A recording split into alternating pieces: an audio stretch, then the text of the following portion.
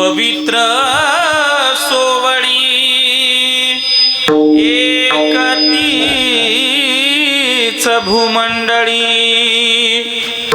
ज्यांचा आवडता देव अखंडित प्रेम भाव तीच भाग्यवंते सरती पुरती धन विते ज्यांचा आवडता देव अखंडित प्रेम भाव तुका म्हणे देवा त्यांची केल्या पावे सेवा ज्यांचा आवडता देव अखंडित प्रेम भाव ध्येयं सदा परिभवग्नमभीष्टदोहं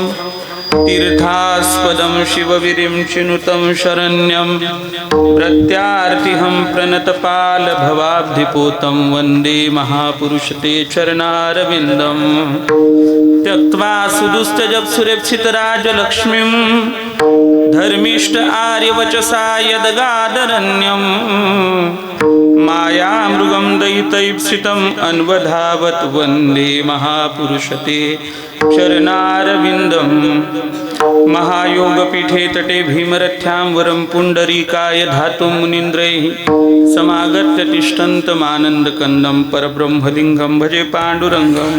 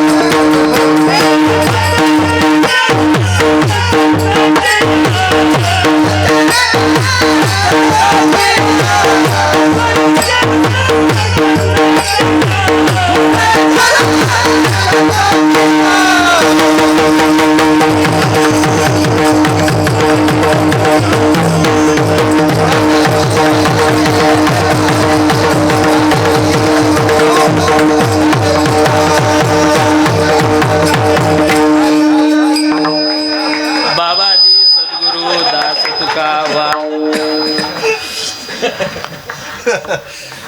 नमो सद्गुरु तुकया ज्ञानदीपा नमो सद्गुरु सच्चिदानंद रूपा नमो सद्गुरु भक्त कल्याण मूर्ती नमो सद्गुरु भास्करा पूर्ण कीर्ती सेवे लागी सेवक सेवे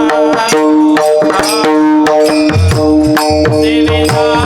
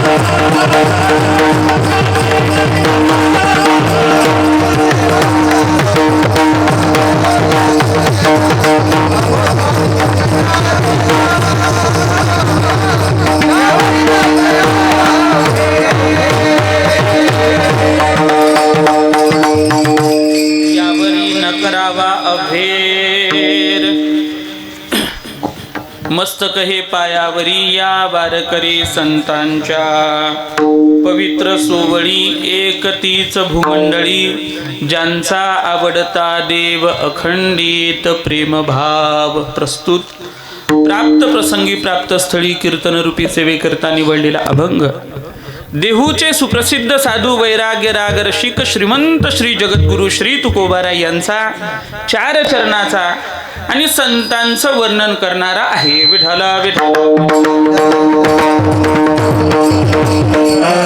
या अभंगाचा विस्तार करण्यापूर्वी अभंगाचा सरळ सरळ भावार्थ मी आपल्या पुढे ठेवतो. संकल्पित वेळेमध्ये या अभंगाला किती न्याय देता येईल हे मला सांगता येणार नाही आणि वस्तुतः एवढे सर्व दिग्गज मंडळी असल्या कारणाने खरं तर मी अभंगाला किती न्याय द्यावा हाही माझ्या पुढे थोडासा प्रश्न आहे. पण वस्तुतः चिंतन वगैरे आपण सर्व श्रवण करणारे मंडळी आहात आणि म्हणून संकल्पित वेळेमध्ये अभंगाचा भाव आपल्यापर्यंत पोहोचावा हा उद्देश माझा असेल. आणि तत्समवेत या उत्सवासाठी उपस्थित असलेले सर्वच दिग्गज महाराज मंडळी या संबंधाने आपली ज्या पद्धतीने आपल्याला ज्या पद्धतीने जशी जशी सेवा करता येईल त्या पद्धतीने ते करतील. म्हणून अभंगाचा विस्तार किती करता येईल किंबहुना न्याय किती मिळेल सांगता येणार नाही. म्हणून अगदी अभंगाचा सरळ सरळ भावार्थ मी आपल्या पुढे ठेवतो. जगद्गुरु श्री तुकोबाराय संतांचं वर्णन करत असताना म्हणतात पवित्र सोवळी एकतीच भूमंडळी. या भूमंडळामध्ये ते एक संतच असे आहेत जे पवित्र आहेत आणि सोवळी आहेत.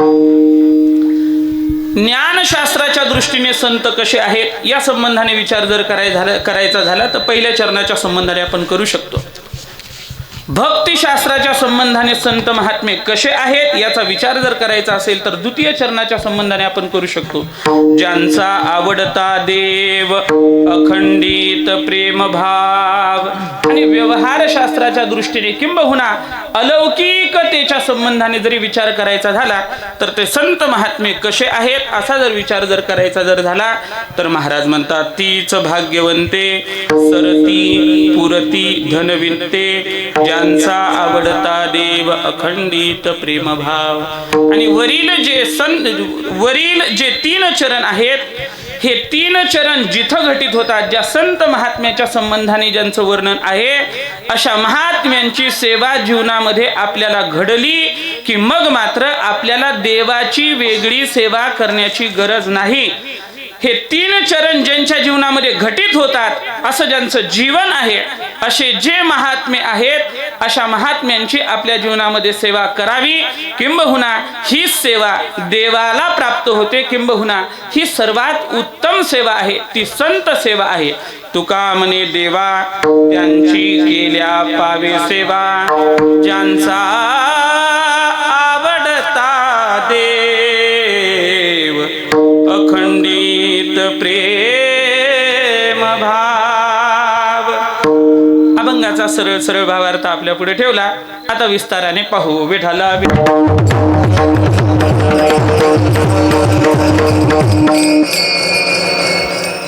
या अभंगाचा विस्तार करण्यापूर्वी अगदी अल्पसा हा परिहार देणं तो अत्यंत गरजेचा आहे. या ठिकाणी आपण सर्वजण किम निमित्ताने जमलेले आहात. सर्वांना ज्ञात जरी असेल तरीही मात्र वक्त्याचं आद्य कर्तव्य म्हणून त्याचा विचार आपल्यापुढे प्रस्तुत करतोय. श्री क्षेत्र जोगेश्वरी भगवतीच्या पवित्र प्रांगणामध्ये हरिहर वारकरी शिक्षण संस्था या संस्थेच्या वर्धापन दिनानिमित्त संपन्न होत असलेला हा 1 दिवसीय कीर्तन महोत्सव या संस्थेचे परम अध्यक्ष संस्थापक माझे परमस्नेही परममित्र वेदांताचे अत्यंत निष्णात असलेले वक्ते व्यासंगी तत्वचिंतक म्हणून ज्यांच्याकडे आम्ही सर्वजण मित्र परिवार पाहतो असे माझे परमस्नेही परममित्र आणि सर्व गुरुबंधूंच्या शब्दामध्ये जर बोलायचं झालं तर प्रेममूर्ती आदरणीय श्री हरिभक्तीपरायण आमचे शिवाजी महाराज आदरणीय महाराजांच्या माध्यमातून इथे येण्याचा योग मला प्राप्त होतोय. माझे परमस्नेही परममित्र आदरणीय श्री हरिभक्तीपरायण आमचे गणेश महाराज महाराजांनी मला फोन केला आणि सांगितलं असं असं आहे. तर मी म्हटलं महाराज असं काही नाही, म्हटलं आपण कीर्तनच करावं असं काही नाही, भजन जरी करायचं असेल तर मी येतो म्हटलं, आपण मस्त भजन करू, कारण सर्व गुरुबंधू येत असतील, किंबहुना येत आहेत तर कीर्तनापेक्षा आपण भजन करू असं मी म्हटलं होतं. असं कीर्तनच मी करावं असं काही नाही, मी सर्वांना म्हटलं होतो की म्हटलं तुम्ही करा तुम्ही करा तुम्ही करा. पण या सर्वांनी मात्र ती वरमाला माझ्या गळ्यामध्ये घातली. अर्थात उपस्थित असलेले सर्व ज्येष्ठ श्रेष्ठ मंडळी या ठिकाणी आहेत. वारकरी संप्रदायामध्ये ज्ञानोबारायांचे सर्व लेकरं आम्ही आहोत. वस्तुतः विचार जर केलं तर वारकरी संप्रदायामधले हे सर्व रथी महारथी अतिरथी या ठिकाणी आहेत. मला प्रत्येकाचं नाव जरी घ्यायचं झालं तर कमीत कमी 5 उपाध्या द्यावं लागतील, कमीत कमी. तशा 5ने कमी पडतील. याने मला सुरुवातीला आमच्या विजय महाराजांनी एवढ्या उपाध्या लावल्यात, मलाच तिकडं बीज कापायला लागलो होतो. तर मी म्हटलं आता काय करावं गड्या, मला एवढ्या लावल्यात म्हणल्यावर सर्वांना मला किती लावाव्या लागतील. अर्थात एवढे सर्व परमार्थामधले आपल्या वारकरी संप्रदायातले दिग्गज महाराज मंडळी या ठिकाणी उपस्थित आहेत. सर्वांचं नाव घेणं मला शक्य नाही, म्हणून ज्ञानोबारायांचा एक विचार सांगतो. तुम्ही कोणी नाराज नाही होणार, एवढ्या शिल्लक गोष्टीला नाराज होणारे आमचे गुरुबंधू नसतात हे आपल्याला माहिती आहे. किंबहुना कीर्तनामध्ये कीर्तनकारांनी नाव घ्यावं एवढ्या हलकट वृत्तीचे आपले मंडळी नाहीतच. विठाला विठाला आणि नाव घेतलं तर थोडंसं मोठ्याने घ्यावं. मी या सर्वांमध्ये लहान आहे आणि म्हणून आपल्या शास्त्राची एक परंपरा आहे की कनिष्ठांनी ज्येष्ठांसमोर नाव घेऊ नये. आणि म्हणून यासाठी कोणाचाही नाम उल्लेख न करता ज्ञानोबारायांच्या ओवीचा आश्रय घेतो. या लागी आता स्तुती सांडोनी निवांता चरणी ठेवी जे माथा हेची भले. तुमच्या सर्व महाराज मंडळीवर माझी सर्व जीवलग महाराज मंडळींच्या चरणावर अगदी विनम्रपूर्वक नतमस्तक होऊन या ठिकाणी बाणीला प्रारंभ करतो. विठाला विठाला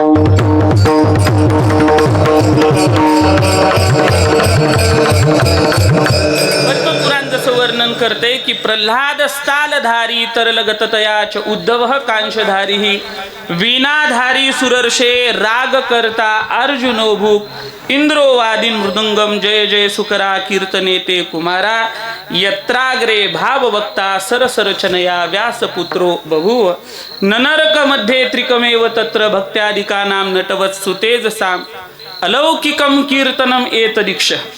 इथं ही मजा आहे खरी. कुठं मजा आहे? जिथं भगवान परमात्म्याचं भजन होतं तिथं भगवान परमात्मा असतो असं नाही. नाहम वसामी वैकुंठे योगिनाम हृदयेन च मद भक्त यत्र गायन्ति तत्र तिष्ठामि नारद. तत्र तिष्ठामि था तिष्ठती, तिथं मी राहतो. पण कुठं? याचं उत्तर आहे अलौकिकम कीर्तनम एत दीक्ष. अलौकिकम कीर्तन आणि भजन फक्त ते गुळ खाऊन आणि बिड्या फुकून. अलौकिकम मला कोणाचीही निंदा करायची, मी फार क्षमा मागून बोलतोय. अलौकिकम कीर्तनम एत. अलौकिक कीर्तन पाहिलं आणि भगवान परमात्मा त्यांच्या भजनामध्ये प्रगट झाले. असे गाणारे, असे वाजवणारे, असे म्हणणारे, अशी त्यांना नाही का गाय लागल्याच्या नंतर खालीन माणसाने अशी काय दिली पाहिजे, त्याला काय म्हणतात, दात दिली पाहिजे. दात, काही दात खातात. अर्थात दात देणारे मंडळी सुद्धा हे का नाही. अर्थात या श्लोकामध्ये सर्व संबंधच तसा आहे महाराज. आणि मग मात्र सर्व असं भजन पाहिलं. अलौकिकम कीर्तनम असं अलौकिक कीर्तन पाहिलं आणि भगवान परमात्मा तेव्हा त्यांच्या भजनामध्ये प्रगट झाले आणि सांगितलं मागा काहीतरी. आणि मग मात्र त्या ठिकाणी नारदाने किंबहुना सकल भक्तांनी सांगितलं की जेव्हा जेव्हा आम्ही तुमचं भजन करू तेव्हा मात्र तुम्ही त्या कीर्तनामध्ये उपस्थित राहावं. माझे भक्त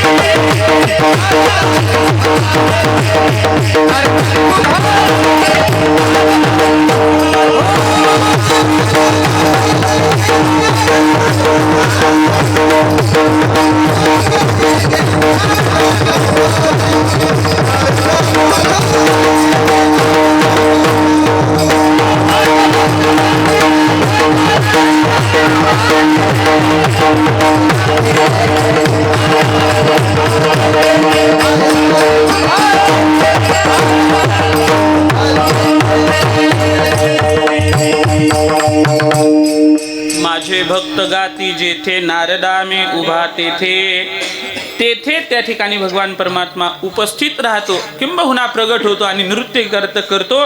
अलौकिक कीर्तन जेव्हा वाळवंटामध्ये झालं तेव्हा नाचता नाचता देवाचा गळला पितांबर, असं अलौकिक कीर्तन आज मात्र आपल्या सर्वांना अनुभवायला मिळते. विठाला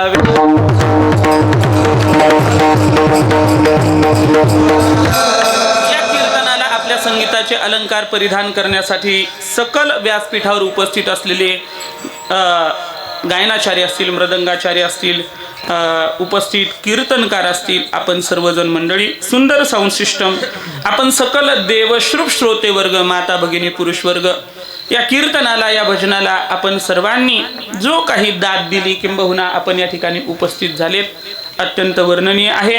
त्या कीर्तनाच्या संबंधाने किंबहुना या उत्सवाच्या संबंधाने ज्यांचं आज अन्नदान होते ते आदरणीय श्री गणेश भाऊ बळीराम बाजड तलाठी साहेब यांच्या माध्यमातून आज अन्नदानाची सेवा या ठिकाणी संपन्न झाली. खरं तर मला त्या श्लोकाला फार स्पष्ट करायचं नाही, पण सरळ सांगतो की सत्पात्र दानाश भवे धनाढ्य धनाढ्य भावेनी करोति पुण्यम पुण्यप्रभावात स्वर्गम त्रयाती पुनर्धनाढ्य पुनरेव दानी. एखादा व्यक्ती जेव्हा आपण न्यायाने जेव्हा धनार्जन करतो, धन कमवतो आणि त्याच्यातलं चांगल्या ठिकाणी त्या धनाचा वापर करतो, खर्च करतो, तेव्हा त्या व्यक्तीला गती ही उत्तम मिळते. सत्पात्र दानाश भवे धनाढ्य, तो व्यक्ती कधी गरीब होत नाही, धनाढ्य होतो. धनाढ्य भावेनी करोति पुण्यम, तो पुण्य करतो, पाप करीत नाही, करोति पुण्यम. नाही तर काही काही असे लोकांच्या माना मोडतात आणि मग लोक दान देतात. कबीरदासांचा फार मोठा एक दुआ आहे, पण मला त्याच्यावर पुन्हा चिंतन वेगळं करायचं नाहीये. अर्थात ऐरन की चोरी करे और सुई का करे दान, असे करणारे भरपूर मंडळी असतात. पण मात्र न्यायाने अर्जन करावं, धन जोडून या धन उत्तम व्यवहारे, असा व्यवहार करावा, उत्तम धन माणसाने कमवावं आणि योग्य त्या ठिकाणी आपलं धन खर्च करावं.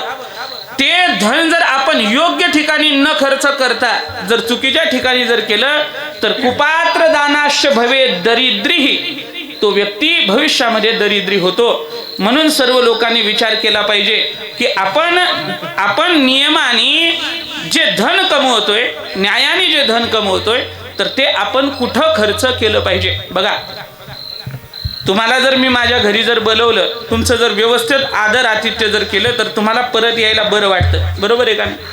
बरं वाटेल. पण मात्र जो व्यक्ती ज्याच्या घरी जातो त्याचा जर अनादर झाला, आदर झाला नाही, तर ती व्यक्ती परत त्याच्याकडे जात नाही, नियम आहे. तसं लक्ष्मी ही पण काही साधीसुधी नाहीये. एखाद्याच्या घरी कोणाच्या खिशात जर जात असेल तर मग मात्र त्यांनी ती लक्ष्मी कुठं खर्च करावी, तिचा आदर जिथं होईल तिथंच ती गेली पाहिजे. आदर न होता अनादर जिथं होतो तिथं जर तुम्ही जर लक्ष्मीला पाठवलं तर मग मात्र तिला कळेल की नाही हे कोणाकडेही पाठवत आहे, आता याच्याकडे जाण्यात काही मजा आहे. अर्थात जे सत्कर्म असतं तत्संबंधाने माणसाने जे चांगलं कार्य असतं तर त्याच्यामध्ये सहभागी माणसाने झालं पाहिजे. आणि म्हणून या गावाचा असेल, पंचक्रोशीचा असेल, आमच्या सर्व मित्रपरिवारांचा असेल, या सर्वांचा याच्यामध्ये अत्यंत प्रेमाने, अत्यंत जिव्हाळ्याचा संबंध आणि तत्संबंधाने आपल्यावर जी काही सेवा आली तर त्या पद्धतीने सर्व या ठिकाणी सेवा करण्यासाठी प्रवृत्त होत आहेत. हरिहर वारकरी शिक्षण संस्थेच्या माध्यमातून संपन्न होत असलेले हे दिव्य कार्य आहे. अभंगाला किती न्याय मिळेल हे नंतर बघून घेऊ, आहे का? म्हणजे मी न्याय देणारच आहे, त्या बाबतीत काही कोणी डोकंच लावायचं नाही. अगदी अभंगाला न्याय मिळणार आहे, पण त्याचा विस्तार किती होणार हे याचं काही गणित नसते. वस्तुतः ज्ञानोबारायचं जे कार्य आहे तर ते कार्य ज्ञानोबारायांनी सांगावं, जे जे आपणासी ठावे ते ते इतरांशी सांगावे. शहाणे करोनी सोडावे सकळ ही जना, जे जे आपणासी ठावे ते इतरांसी सांगावे, शहाणे करून सोडावे. सकळ जगताला ज्यांनी आपल्या ज्ञानाने तृप्त करण्याचं कार्य केलं तर ते कार्य म्हणजे संत महात्मे आहेत. आणि अशा संत महात्म्यांचं वर्णन करणारा हा अभंग आहे. विठाल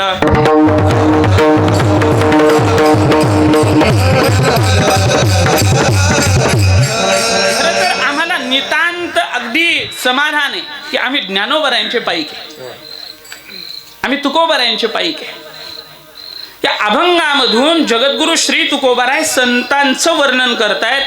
ते संत म्हणजे साधे सुधे नाहीत आणि कोणतेही नाहीत. विठाल विठाल संतांचं वर्णन किंबहुना लक्षणाच्या संबंधाने सुद्धा तुम्ही विचार करू शकता की लक्षणाचाही विचार आहे, पण संतांचं वर्णन आहे. कोणाचंही वर्णन संत महात्मे आपल्या जीवनामध्ये करत नाहीत, कोणाचंच वर्णन करत नाहीत. किंबहुना वर्णनीय फक्त दोन तत्व आहेत. तिसरं तत्व वर्णनालायक नाही, वरण तुरीचं नाही. वर्णन करण्याचे दोनच तत्व आहेत. त्याच्यातलं पहिलं आहे देव आणि दुसरे आहे संत. विठाल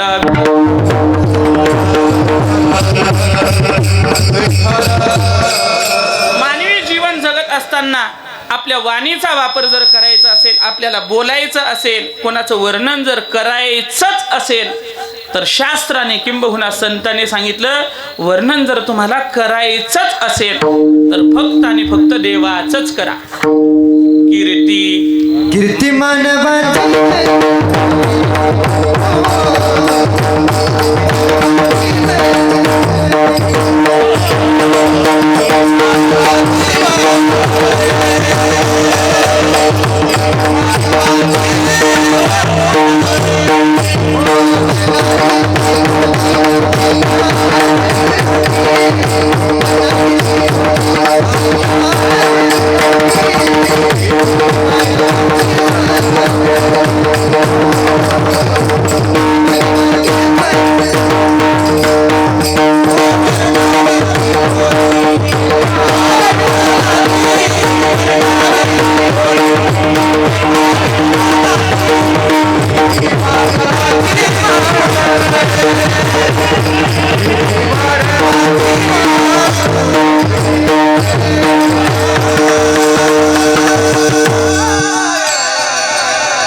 जसा चान्स मिळेल ना तसा तुम्ही त्याचा वापर करू शकता.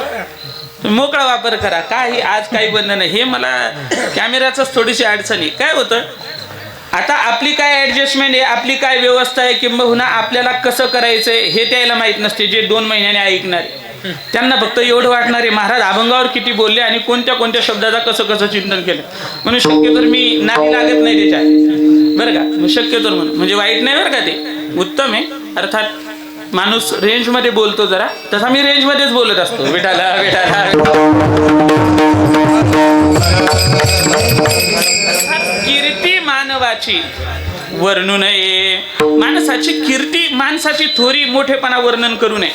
एखाद्याचं लग्न झालं ना, बायकोच्या समोर किंबहुना तिच्या नातेगोते जे आहेत जे तिला सांगतात त्यांच्या समोरच तिचं थोडंसं वर्णन करायचं. कारण तो व्यवहार आहे, तो सांभाळावा लागतो, करावा लागतो. पण मात्र मनाने फार तिचं वर्णन करू नका. का करू नका? कारण आज जिचं वर्णन करताय तिचं 1 वर्ष धरू का जास्त होईल. अर्थात जिचं आपण आज वर्णन करतोय ती 6 महिन्यानंतर तसंच वर्णन करण्यालायक राहील असं सांगता येत. जी बाई, जी सासू आपल्या जावयाचं वर्णन करते, वर्णन पण काय महाराज शिवाजी बाबा, वर्णन एक बाईचं वर्णन ऐकलं म्हटले एका बाईने म्हणजे हेच महाराज काय यांचा जावई दारू. नाही दारू तसलं नाही, आमचा जावई ब्रँड पितो म्हटलं, कसली नाही पित. म्हणजे काय वर्णन लोक येड्याचा बाजार लेखाचा.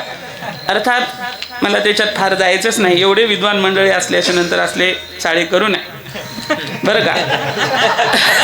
विठाला सरळ मला असं सांगायचंय की सासू जावयाचं वर्णन करते, पण कुठपर्यंत करते? जोपर्यंत मुलगी आईला तक्रार सांगत नाही तोपर्यंत करते. त्याच्यानंतर मग कशी काय करते त्याचा विचार आपल्याकडे पर्यंत तर नाही अजून. अर्थात सरळ सरळ विषय असा आहे की आज ज्याची आपण स्तुती करतोय, वर्णन करतोय, तर उद्या त्याची निंदा करायचं काम पडू नये असं जे तत्व आहे त्याच तत्वाच्या विषयी माणसाने चर्चा करावी किंबहुना वर्णन करावं.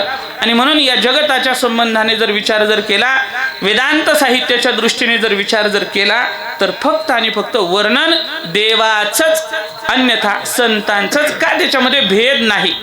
वदंती तत्तहस्त्वविदहस्तत्वं यज्ञानमद्वयम् ब्रह्म इति परमात्मा इति भगवान इति शब्यते असं असलेलं जे परमतत्व आहे, तर त्या परमतत्वाच्या संबंधाने तुम्ही वर्णन करू शकता, संतांच्या संबंधाने तुम्ही वर्णन करू शकता, पण मात्र अन्यांचं वर्णन आपल्याला करता येत नाही किंबहुना करू नये. विठाला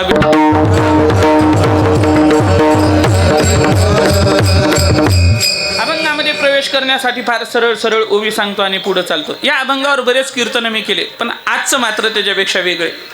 संतांच्या शब्दाचं महिमाच असा आहे की तुम्ही जितक्या वेळेस त्याच्याकडे पाहसाल तितक्या वेळेस ते तुम्हाला नवीन नवीन काहीतरी प्रदान करते. आता कीर्तनकार मंडळी माझ्या समोर येत उभे आहेत. आपण ज्या अभंगावर जसं चिंतन केलं तसं पुन्हा चिंतन तसं येत नाही. टिपण्या असल्या तर मग भाग वेगळा. विठाला विठाला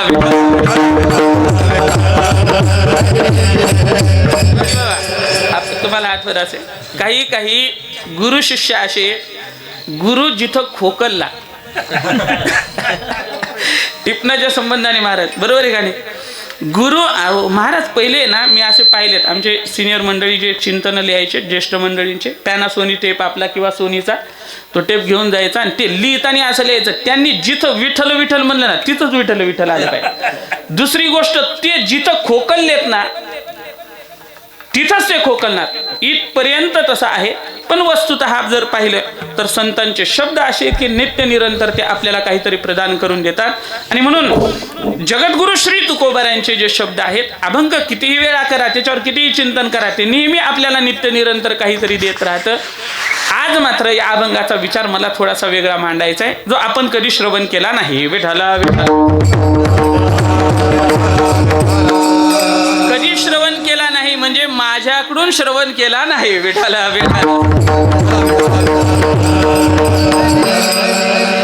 अर्थात संतांचं वर्णन जगद्गुरु श्री तुकोबाराय करतात. का संतांचं वर्णन करतात? त्याचं एकमेव कारण आहे, कारण वर्णनीय संत आहेत आणि देव आहेत म्हणून संतांचं वर्णन करतात. दुसरं कारण काय आहे? ज्ञानोबाराय सांगतात, हरपले अपना ते पावे ते संता ते पाहता गिवसावे म्हणून वानावे ऐकावे तेची सदा वानावे ऐकावे. अर्थात याचा रंग लागलाय मला. विठाला वर्णन का करायचं? ज्ञानोबाराय म्हणतात, हरपले आपणा ते पावे. जे हरपलेलं आहे तर ते आपल्याला प्राप्त व्हावं असं जर वाटत असेल तर निश्चितपणाने ज्ञानोबाराय चकार वापरतात. ऐकावे वानावे तेची, हेच ऐकलं पाहिजे, त्यांचंच ऐकलं पाहिजे आणि त्यांचंच वर्णन केलं पाहिजे. ज्ञानोबाराय चकार वापरतात म्हणून त्यांचंच वर्णन केलं पाहिजे. एक हरपलेलं जे आत्मसुख आहे किंबहुना आपली आत्मस्थिती आहे, हे सकल आपल्याला प्राप्त व्हावं जर असं वाटत असेल तर मग मात्र संतांचं वर्णन केल्याशिवाय पर्याय नाही. विठाला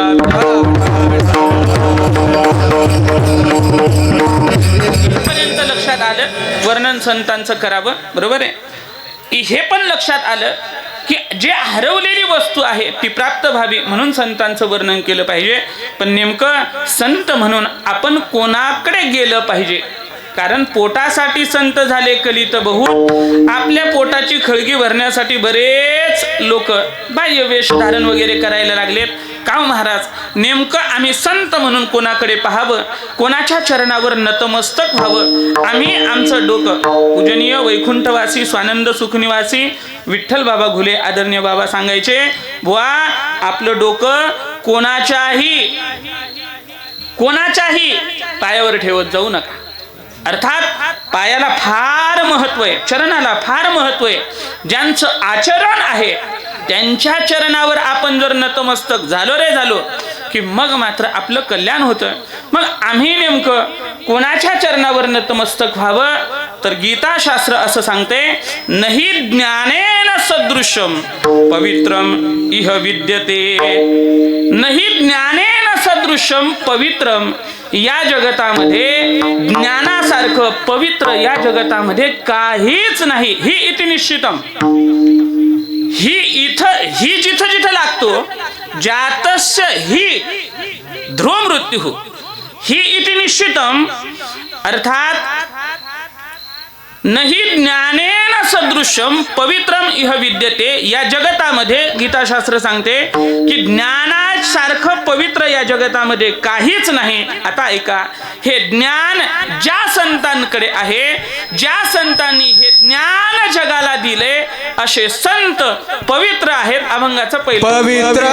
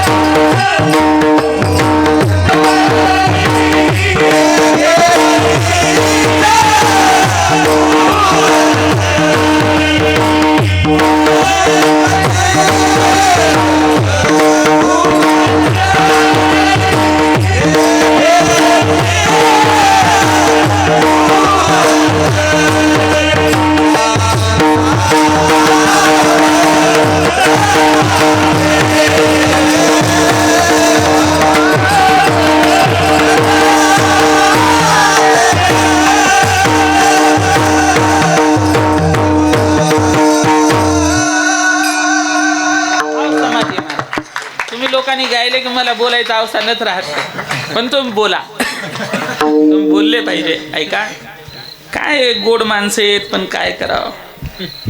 विठाला विठाला खरं सांगतो, माऊली शपथ सांगतो, मी प्रामाणिकपणाने सांगितलं होतं. हे इथं सर्व आल्याच्या नंतर पण यांना मी म्हटलं होतं की आपण कीर्तन कॅन्सल करू, भजन करू. यांना मी म्हटलं होतं की आपण यांना भजन करू, कीर्तन कॅन्सल जाऊ द्या. पण चला असतो आता विठाला विठाला. या जगतामध्ये ज्ञानासारखं पवित्र काहीच नाही आणि ते ज्ञान संतांकडे आहे. म्हणून संत कसे आहेत? पवित्र आहेत. एवढ्याच शब्दावर मला आजचा वर्धापन दिन साजरा करायचा. खरं तर चिंतनासाठी मला अर्भकाचेसाठी हा अभंग घ्यायचा होता, पण मी म्हटलं नुसतं अर्भकाचेसाठी संस्था जोडायची हे काही योग्य नाही बुवा. आणि मग सर्व असं ओढून ताडून आणस्तोर मी म्हटलं की आता असं करूयात, या अभंगाचं चिंतन करून फक्त पवित्र एवढा शब्दाचा विचार करून ज्ञानशास्त्राच्या दृष्टीने संत पवित्र आहेत एवढाच विचार करून आपण थांबणार आहे.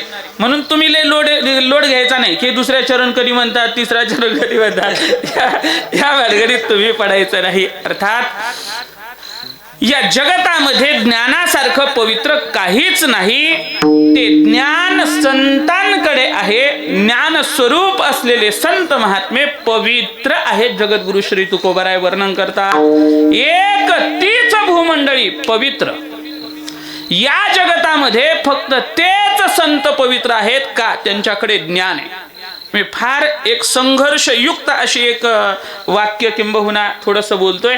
संघर्षयुक्त म्हणजे समजलं तर काय नाही, जर याची जर शॉर्ट फिल्म झाली तर मग थोडीशी अडचण होईल थोडीशी. एका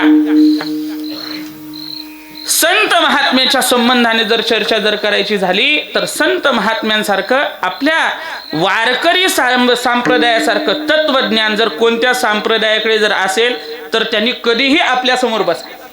कोणत्याही वारकरी संप्रदायाकडे, ज्ञानोबारायांकडे, तुकोबारायांकडे आदी करून सकल संतांची जी ज्ञान सामग्री आहे, वाङ्मय जे आहे, असं जर कोणत्याही संप्रदायाकडे असेल किंबहुना कोणाकडे जरी असेल तर त्यांनी दाखवा. आपण भाग्यवान का आहोत?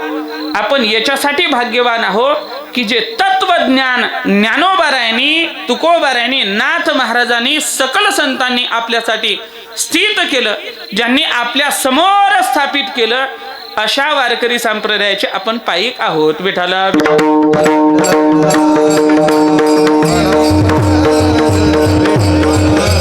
आद्यगुरु श्री शंकराचार्य म्हणतात बघा, रीते ज्ञानात न मुक्ती. जन्म आणि मरण या भवसागरामधून जर तरायचं असेल तर एकमेव कारण आहे. जगद्गुरु आद्यगुरु श्री शंकराचार्य म्हणतात, रीते ज्ञानात न मुक्ती. ही ज्ञानाशिवाय मुक्ती प्राप्त होत नाही. ज्ञानाला किती प्राधान्य असलं पाहिजे. आपले लोक भक्ती करतात पण ज्ञान म्हणजे अजिबात नाही, ज्ञान नाहीये. नाही तर तुम्हाला उदाहरण सांगायचं झालं तर लगेच सांगतो तुम्हाला. आपण जर जोगेश्वरी देवीच्या मंदिरात जर गेलो, देवीला जर नारळ फोडता का तुम्ही? वाहता? म्हणजे देव बदलायला मला लगेच वाहतात का? काही ठिकाणी वाहतात, काही ठिकाणी फोडतात ना.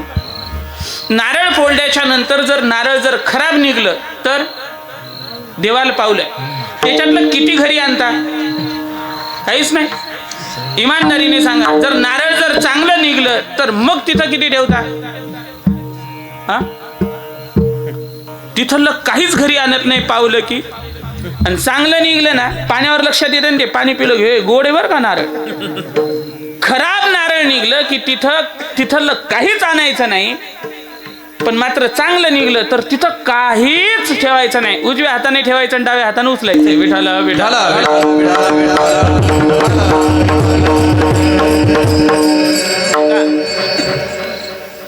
अर्थात हे भक्तीचं अंग असू शकत नाही.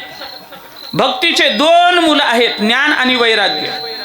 हे ज्ञान आणि वैराग्य जर पुष्ट असेल, चांगलं असेल तरच भक्तीला किंमत आहे. नाहीतर भक्त तुम्ही बघा ना, तुम्ही एकादशीला भाकर चालत नाही पण तंबाखू चालते. काय नवल आहे? हे ज्ञान आहे आपलं. एकादशीला भाकर चालत नाही पण भजन करता करता मंदिरामध्ये बिडी चालते. किती शोकांतिक आहे. अजिबात माऊली शपथ, पांडुरंगाची शपथ, मी कोणाची निंदा करण्यासाठी बोलत नाही, ही वस्तुस्थिती आहे. भक्ती करतोय आपण, हे प्रमाण कशासाठी आहे? तुका भजन ते ओंगळवाणी नरका, हे कशासाठी आहे? आपण केलेलं भजन होत नाही.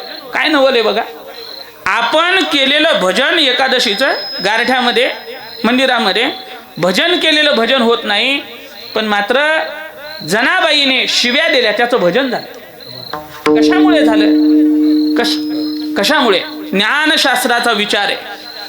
भक्तीचा जो संबंध आहे तर तो अत्यंत महत्वपूर्ण संबंध आहे. ज्ञानशास्त्र अत्यंत महत्वाचं आहे. ज्ञानशास्त्रामध्ये कसल्याच प्रकारची तडजोड नाही. भक्ती लोक करतात पण भक्ती करत असताना मात्र ज्ञानाच्या संबंधाने मात्र दूर दूर राहतात. फार सोपं आमची इमानदारीने सांगतो, एवढं कट करा कॅमेऱ्यातून नंतर. आमची आहे ना सख्खी चुलत आमची चुलती आहे. एके दिवशी आळंदीहून असं एक 5-6 वर्ष झाले घरी आलो आणि घरचाच संबंध त्याच्यामुळे किचनमध्ये असं सहज बसलो होतो. अजिबात विनोद नाही, पांडुरंगा शपथ खरं सांगतो, तुमच्या जोगेश्वरी शपथ खरं सांगतो, ऐका. असं बसलो होतो, तिची बिचारी नवीन नवीन सून होती, चपात्या वगैरे करत होती आणि चपात्या करता करता तिथं तेल ठेवलेलं होतं चंबुल्यात, चंबुलच म्हणतात ना पवन भाऊ, चंबुलं. असं चपाती लाटता लाटता तिचं सासू बिचारी बडबड बडबड बडबड चालू होती तिची, तिचं लक्ष तिच्याकडे, इकडंच काम चालू बिचारीचं, तोंड चालत नाही म्हणून काम चालू होतं जरा असं वजनात. फिरवता फिरवता तिचं काय झालं, चंबुलं उलट झालं, तेल त्याच्यातलं सांडलं. मी तिथंच होतो, तेल सांडलं आणि ती पटकन उठली. कोण? सासू. सून नाही उठत, सासू उठली आणि त्या सासूने काय केलं, तेल असं घ्यायची महाराज, तुमच्या लक्षात येत असेल तर बघा, चंबुल्याला अशी धारदार असं धार होती, असा काठ वगैरे नव्हता, अशी घ्यायची ना अशी करायची, अशी घ्यायची अशी करायची अशी करायची. मी पाहून येडा झालो, अशी घ्यायची अशी करायची. बरं फरशीचं घर नव्हतं, आपलं साधं सारवलेलं घर होतं, अशी घ्यायची असं घ्यायची असं घ्यायची. एवढं घेतलं महाराज, माऊली शपथ सांगतो, तू एखाद्याने जर म्हणलं ना की माझं हे लय काय म्हणतात त्याला, कोरडं झालं, थोडंसं काहीतरी आपलं तेलकट करावं, असा अंगुठा आपण जर टेकवला ना तरी त्याला काहीच लागणार नाही, असं पूर्ण साफ केलं. मी त्यांना म्हणलं, का हो काय पागल हे का काय, म्हणलं हे काय, म्हणलं आता हे परत म्हटलं हे भाजीला, हा येडे झाले काय, म्हणजे आम्ही काय येडे आहे का, म्हणे येडे नाही बाबा, पण मग हे कशासाठी, म्हटले महाराज हे ज्ञानशास्त्र आहे. विठाला विठाला विठाला विठाला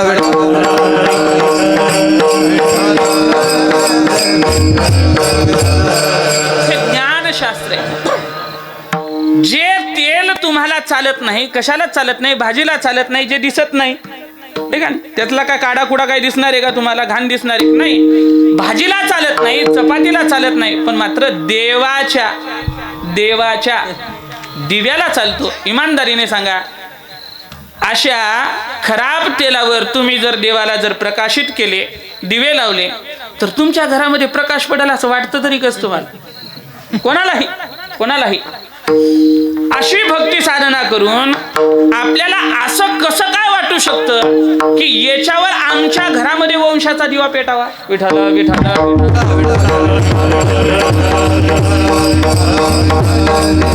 ज्या तुपाला वास लागला ते तूप टाकायचं नाही, सांडायचं नाही, काय करायचं, दिव्याला वापरायचं. कोणाच्या? देवाच्या. आणि अशा याच्यावर आमचं जीवन, आमचा संसार चांगला व्हावा. आणि अशा माणसाला आपण जर म्हणलं ना असं करून, नाही महाराज आमचा भोळा भाव आहे. संसार करत असताना ज्ञानोबा राय म्हणतात, संसार सायास करून करतात, सायास. पण मात्र भगवान परमात्म्याच्या संबंधाने विचार जर करायला जर गेलो तर सरळ हात वर करतात, आमचा भोळा भाव आहे, आमचा भोळा भाव आहे. इथून सर्व गावाला आमंत्रित करतात की आम्ही चाललो पंढरपूरला. आळंदीहून जे निघले आणि जाताना रिकाम्या बॅगा नेतात लोक. ते फिनोलेक्सनं काय कृपा केली बिचाऱ्याने, काय त्याच्या येडे केले तो लोक. भक्तिशास्त्राच्या संबंधाने ज्ञानशास्त्र अत्यंत महत्वपूर्ण शास्त्र आहे. संत महात्म्याने आपला समाज वेडा ठेवला नाही. वारकरी संप्रदायाचे सकल संतांचा विचार जर केला, कोणतेही गोरोबा काका घ्या, आपले सावता महाराज घ्या, कोणतेही संत घ्या, सकल संतांनी आपल्या सकल समाजाला त्या ठिकाणी ज्ञानशास्त्र त्या ठिकाणी समोर ठेवलं. आपण कसं जगलं पाहिजे, आपण काय केलं पाहिजे, आपण काय केलं नाही पाहिजे, याचा विचार विस्तार स्थापित करणारं एकच तत्व आहे, ते म्हणजे संत. विठाला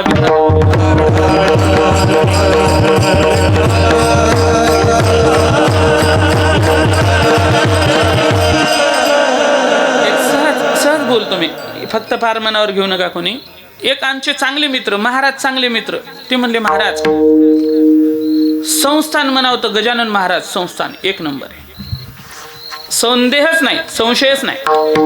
पण मात्र गजानन महाराज संस्थान असो, किंबहुना शिर्डीचं साई संस्थान असो, किंबहुना अजून कोणतं संस्थान असो, कोणत्याही संतांची तुलना ज्ञानोबारायासोबत होत नाही. लक्षात ठेवा, कोणत्या संतांची नाही होत.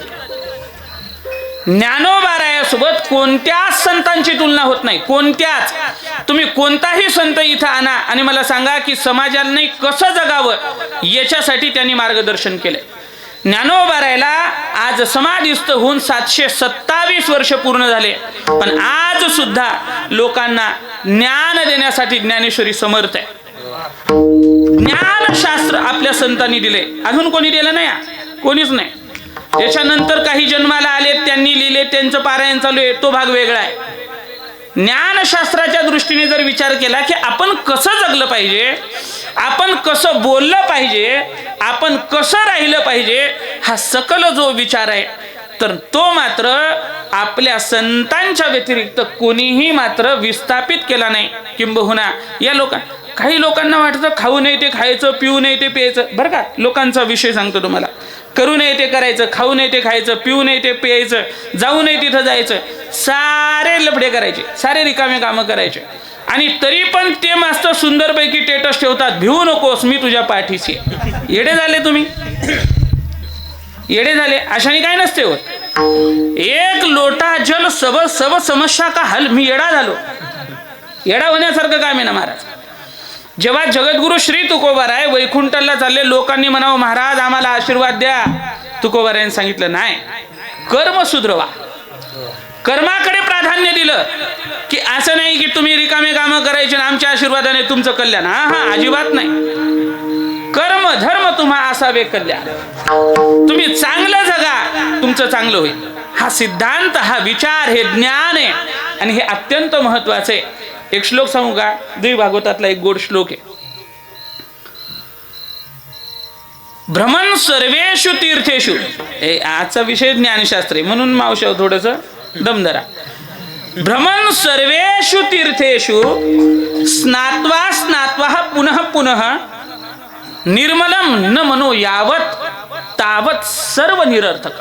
तुम्ही किती एकादशी धरल्या, तुम्ही किती पंढरपूरच्या वाऱ्या केल्या, किती भजन केलं, काय केलं, किती वर्ष झाले माळा घातल्या, निर्मलम न मनो यावत. लक्षात येते का बघा. भ्रमण सर्वेषु तीर्थेषु, सर्व तीर्थांमध्ये भ्रमण केलं, सर्व क्षेत्रामध्ये, सर्व चारो धाम, तिकडचे चारो धाम सारे सारं सारं सारं पाहून आलो बरं का. पण निर्मलम न मनो यावत, मन निर्मळ झालं नाही गड्या एवढं करून. तर महर्षी वेदव्यास म्हणतात तावत सर्व निरर्थकम. तोपर्यंत सर्व हे निरर्थक आहे. अर्थात अंतःकरण पवित्र करण्याचं ज्ञान, तत्वज्ञान हे जर कोणी विस्थापित केलं असेल तर ते संतांनी केलं, म्हणून ते संत पवित्र आहेत. विठाला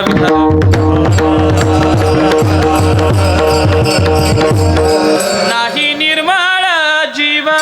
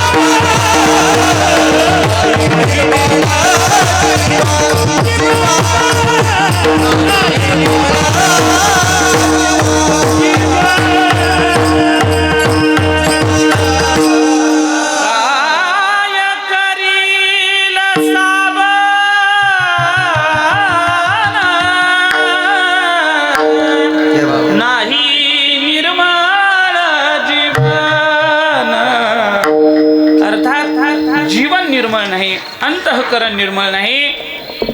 परमार्थ आपला निर्मळ व्हावा, आपलं जीवन निर्मळ व्हावं, याच्यासाठी काय लागतं तर ज्ञान लागतं. विठाला विठाला विठाला. या जगतामध्ये वारकरी संप्रदाय म्हणजे असं मी काय भेद नाही करत आहे. वारकरी संप्रदाय नामकंठमुख. तुम्ही फक्त माझ्या अभंगाचा गाभा लक्षात ठेवा. माझ्या अभंगाचा गाभा हा आहे की संत पवित्र आहेत. का पवित्र आहेत? कारण या जगतामध्ये ज्ञानासारखं पवित्र काय नाहीत, म्हणून संत हे पवित्र आहेत. आणि असं ज्ञान या जगताच्या पाठीवर जर कोणी जरी सांगितलं असेल तर तुम्ही मला सांगा कोणीही हे लोक छपरी धंदे उठायला मी आता मगा एक अर्ध्या तासापूर्वी एकाचा पाहत होतो, आपलाच एक बिचारा, त्याने आज सांगितलं, म्हटले ज्याच्या घरामध्ये लक्ष्मी येते पण टिकतच नाही, फार ध्यान देऊन ऐका, हे असलंही ध्यान देऊन ऐकतं, ज्याच्या घरी लक्ष्मी येते पण टिकतच नाही, ज्याच्या घरामध्ये सासू आणि सुनेचे भांडणं होतात, ऐका, आणि घरामध्ये नेहमी किटकिटी होतात, किंबहुना माणूस आजारी पडतात, बारके बारके पोरं, त्याच्यासाठी एक उपाय सांगतो. म्हटले काय करायचं, 11 मिऱ्या घ्यायचे, आपल्या 11 लवंग घ्यायच्या, मी काय पाठ करायला लागलो नाही बरं काय, 11 लवंग घ्यायचे म्हटले, त्याच्यामध्ये 7-8 कापुराच्या वड्या टाकायच्या, आणि एक विशिष्ट काही अमुक टमुक याचं नाव सांगितलं त्यांनी, ते नाव घ्यायचं ना आपल्या सर्व घरात फिरायचं. असं जर केलं ना म्हटले तर तुमच्या घरातलं हे सारं जे आणि हे सर्व दूर होईल, सर्व. एवढा सोपा परमार्थ वाटतो तुम्हाला, एवढा सोपा परमार्थ वाटतो. हे कोणाच्याही जीवनात आहे, कोणाचाही व्यक्ती असो, फक्त एवढंच आहे, आपल्या आपल्या घरात आहे, विठाला विठाला तुम्ही सर्वजण तुम्ही विचार करा, आपल्या घरातली जी सून आहे ना, त्या सुनेचं आपल्या सासूसोबत पटत, गल्लीतल्या गावातल्या सर्व सुनांसोबत सासांसोबत तिचं पटतं. बघा ना किती मोठं गणित आहे. आपल्या घरातली जी पोरगी आलेली आहे ना, तिचं आपली सासू सोडून गल्लीतल्या सर्व सासा तिला चांगल्या वाटतात, गावातल्या सर्व सासा चांगल्या वाटतात. बरं, हिला जी सासू चांगली वाटते, हिला जी सासू चांगली वाटते त्या सासूचं तिच्या सुनेचं जमतंय असं तुम्हाला वाटतंय का? हे सर्व गणित आहे. हा जो विचार आहे, तर हा विचार असं होत नाही की तुम्ही अमुक करा टमुक करा टमुक करा, अमुक टमुक नाही. इथं विचाराची प्रगल्भता पाहिजे, याच्यामध्ये विचार पाहिजे. एकदा का विचार तो स्थित झाला, ते ज्ञान स्थित झालं की मग मात्र महाराज तुम्ही विचार करा, जगद्गुरु श्री तुकोबारायला लोकांनी गाढवावर बसवलं, तुकोबारायची धिंड गाढवावर काढली, आणि जेव्हा जिजाऊ मातेला कळालं की माझ्या नवऱ्याला जाळूनी संसार बैसलो अंगणी, माझ्या नवऱ्याने जगाच्या कल्याणासाठी, जगाला सुख मार्ग दाखवण्यासाठी गाथा लिहिला, एवढं संपूर्ण आयुष्याची संसाराची सांडाओढ केली आणि जाळूनी संसार बैसलो, असे सकल जे माझे पती आहेत, माझ्या पतीला लोकांनी गाढवावर बसावं, त्यांची धिंड काढावी. महाराज जिजाऊ माता रडत होत्या आणि तुकोबाराय जे गाढवावर बसले होते ते हसत होते. ऐका, विचाराची प्रगल्भता सांगतोय मी. जगद्गुरु श्री तुकोबारायांना गाढवावर बसवले, सर्व गाव हसते, त्याच्यामध्ये तुकोबाराय सुद्धा हसतायत. बायको रडतीये, माझ्या पतीला या लोकांनी गाढवावर बसवलं. जिजाऊ माता रडायला लागलीत आणि तुकोबारायला म्हटले, अहो तुम्हाला कळतंय का, तुम्हाला गाढवावर बसवलं, सर्व लोक हसतायत. म्हटले, तुकोबारायने सांगितलं, म्हटले आवले, हे सर्व लोकांसाठी जरी गाढव असेल तरी आमच्या दृष्टीने हे घोडा आहे, घोडा. याला म्हणतात विचाराची प्रगल्भता. काय विचार असेल सांगा, अशा माणसाला कोण दुःखी करू शकतो? निंदी कोणी मारी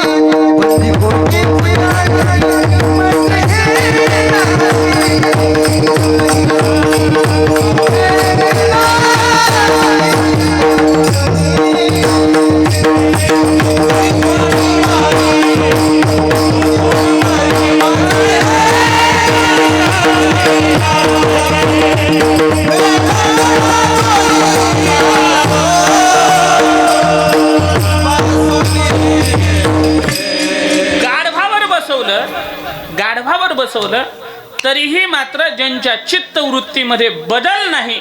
का बदल नाही? ज्ञानाची प्रगल्भता आहे म्हणून नाही.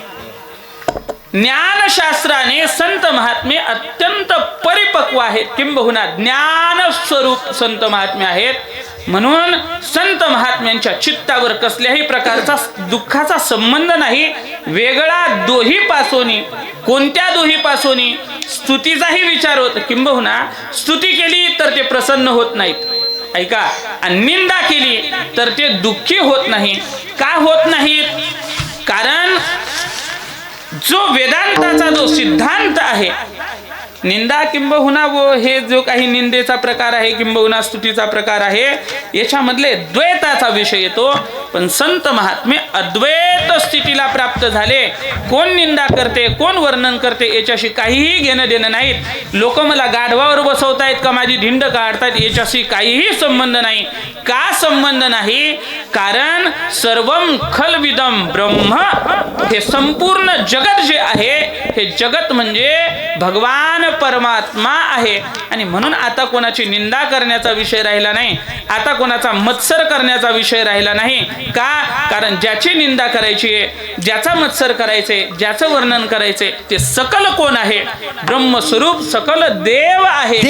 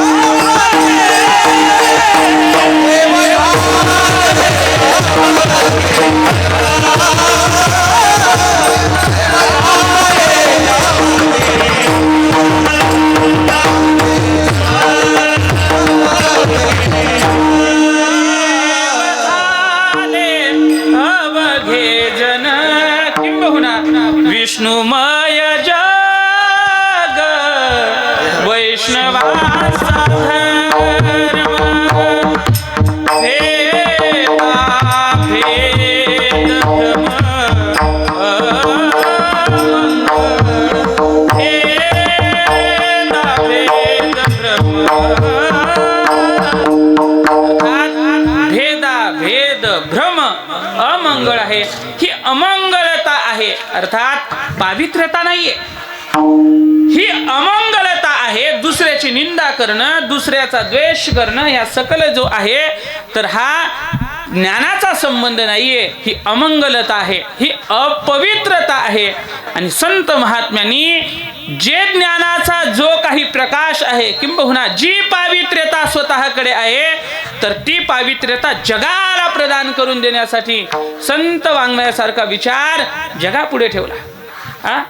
याच्यामध्ये कसल्याही प्रकारचा भेदभाव नाही. भेदभाव केला, वेदांनी भेदभाव केला, अन्य वर्णाने अन्य संबंधीने भेद केला. बाहेर शिकलेली 2-4 माणसं आहेत. तुम्ही जर उत्तर भारतामध्ये जर गेले तर तुम्हाला फक्त ब्राह्मण आणि क्षत्रियांनाच आश्रमामध्ये प्रवेश मिळतो. ब्राह्मण किंबहुना क्षत्रिय दोघच असतील तर त्यांनाच प्रवेश मिळतो. पण अन्य 2 वर्णाला त्या ठिकाणी या ठिकाणी कसल्याही प्रकारचं महाराज स्थान मिळत नाही, किंबहुना अध्ययन करता येत नाही. पण मात्र आपले सकल जे संत आहेत या संतांनी कसल्याच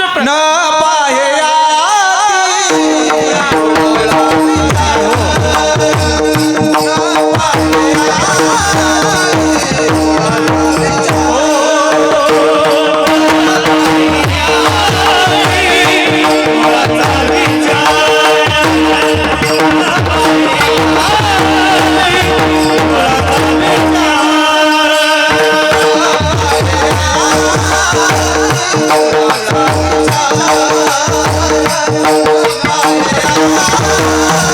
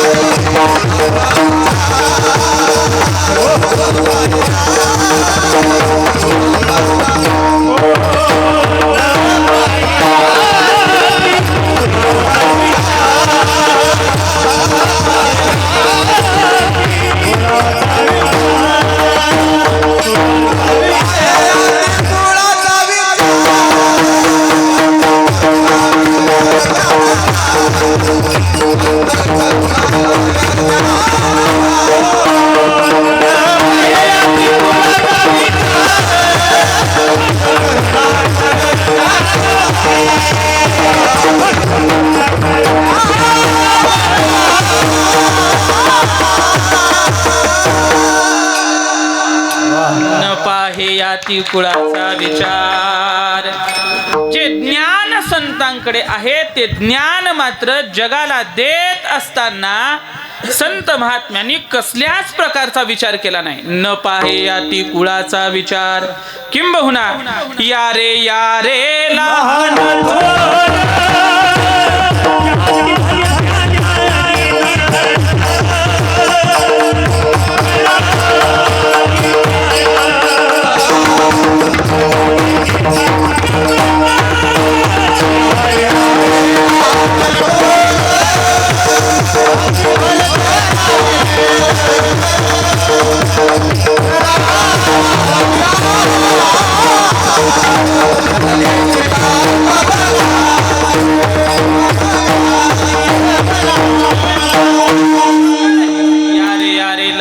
थोर याती भलत्या नारी. करावा विचार. न लगे विचारच करण्याचं काम नाही. फार सकळच येते आहे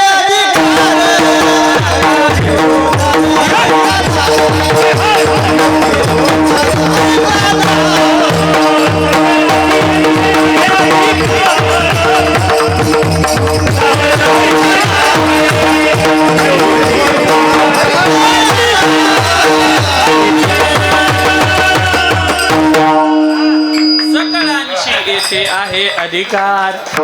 जागा जागा काढावं लागत असते.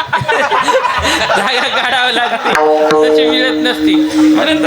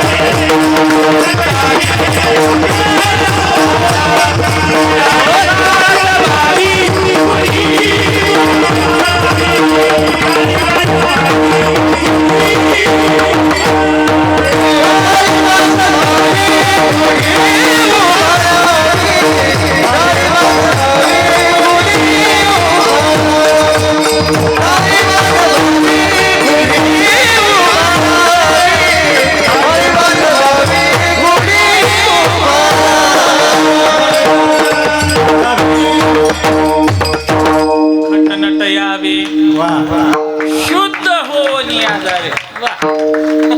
हे काय होतं. बस झालं. जास्त ताण घेऊ नका. 10 मिनिटांमध्ये मी थांबले. भेटायला भेटायला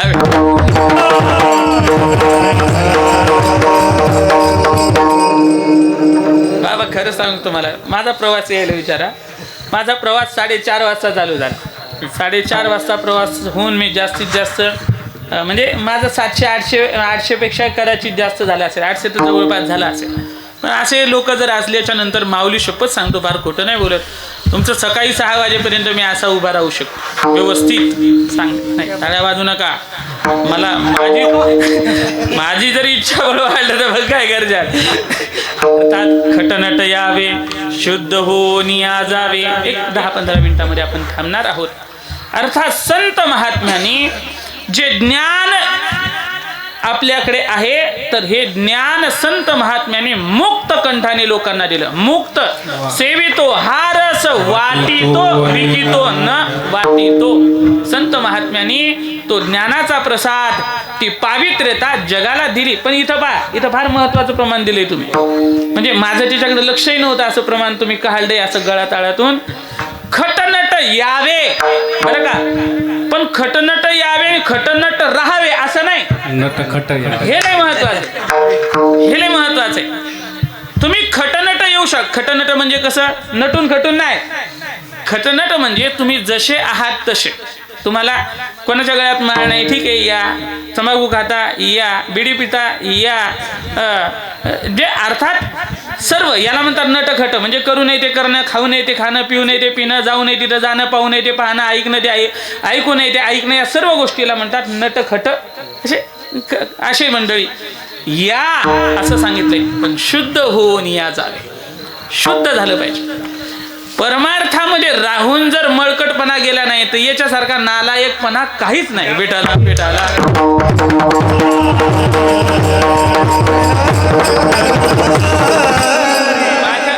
माझ्या वयाला शोभणारे शब्द येत आहेत, पण तरी पण फार मी म्हणजे अंतःकरणापासून म्हणतो, एखादा बिनमाळकरी जर असेल ना तर त्याच्याकडून फार अपेक्षा लोकांच्या नाही. चुकीच्या माणसाकडून चांगल्या अपेक्षा नाहीत, पण चांगल्या माणसाकडून चांगल्या अपेक्षा ठेवणारच समाज. अर्थात त्यांना सर्टिफिकेट मिळालं मोकाटपणा करायला असं अजिबात नाही. त्यांनी आलं पाहिजे, पण आल्याच्या नंतर मात्र इथं सुधारलं पाहिजे. आपली अडचण काय माहितीये का? हे लोक म्हणतात महाराज एवढे सप्ते व्हायला लागले, एवढे कीर्तन व्हायला लागले, एवढे मंदिरं व्हायला लागले, अमुक व्हायला लागले, एवढे कीर्तनकार दरवर्षी. आळंदी क्षेत्रामधून महाराज, आता हे महाराजांसारख्या अशा संस्था तर भरपूर आहेत संपूर्ण महाराष्ट्रामध्ये, किंबहुना संपूर्ण भारतामध्ये गुरुकुल कमी नाहीत. वारकरी संप्रदायाचं, सनातन धर्माचं चांगल्या विचाराचा विस्तार व्हावा याच्यासाठी मुक्त व्यासपीठ जिथं विद्यार्थी म्हणून घडतायत हे क्षेत्र कमी नाहीये, भरपूर आहे. तरी समाजामध्ये सुधार का वाटत नाही?